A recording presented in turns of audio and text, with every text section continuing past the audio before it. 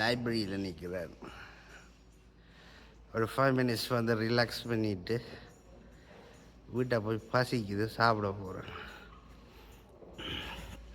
சாப்பாடு மைக்ரோவேவில் வச்சுருக்கிறேன். போய் டேர்ன் ஆன் பண்ண வந்துட்டுமா.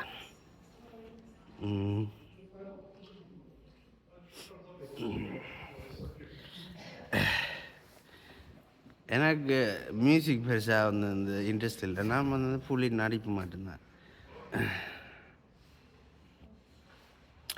They do have a lot of art culture in Edinburgh. கணக்க மியூசியம் தான் எல்லாம் இருக்குது.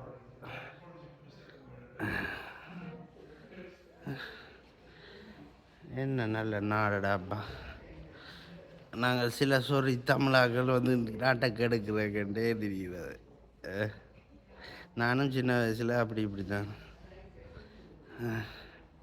ஜெயிலுக்குள்ளே போய் மெதுவாக ஒர்க் பண்ணி கொஞ்சம் மெதுவாக பொலிட்டிக்ஸ் வேலை மாற்றி இப்போ வந்து தமிழாக்களுக்கு நல்லா இருக்குமே. என்ன என்னண்டா எந்த பார்ட்டி வந்து இல்லை, லேபர் கவர்மெண்ட்டில் இல்லை. என்ன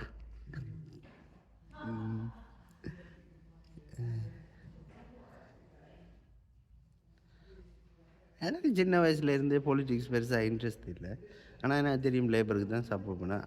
அவங்களுக்கு வந்து தமிழர்களுக்கு சப்போர்ட் பண்ணுவாங்க மோஸ்ட்லி. அதான் கொஞ்சம் காசு கொடுக்குறேன் நான். எனக்கு வந்து அந்த கணக்கு காசு உழைக்க தொடங்கினோடனே கொஞ்சம் கூட காசு கொடுப்பேன்.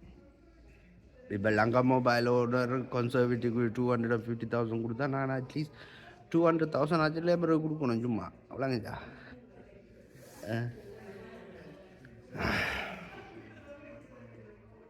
சேவ் தி சில்ட்ரன் சேரிட்டிக்கு வந்து எப்பாச்சும் இருந்துட்டு கொஞ்சம் காசு போடுறேன். முதல் வந்து டைரக்ட் டெபிட் இருந்தேன். சம்டைம்ஸ் கணக்கு காசு கொடுக்க தேவையில்லை. கொஞ்சம் காசு கொடுத்தாலே வந்து you're showing the gesture, you know.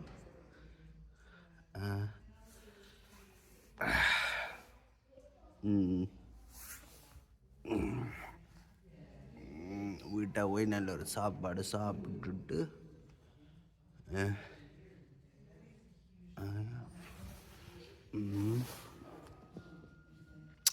34 வயசு ஆக போகுது. ஐயோ கடவுளே.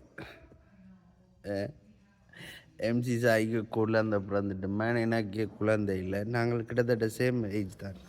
But his way is different. அவர் ஏதோ ஜெர்மனில் பிறந்து யூகேக்கு வந்தேன். நான் ஸ்ரீலங்கா பிறந்து யூரோப்பில் இருந்து யூகேக்கு வந்தேன். Different people have different paths of life, pathways in life.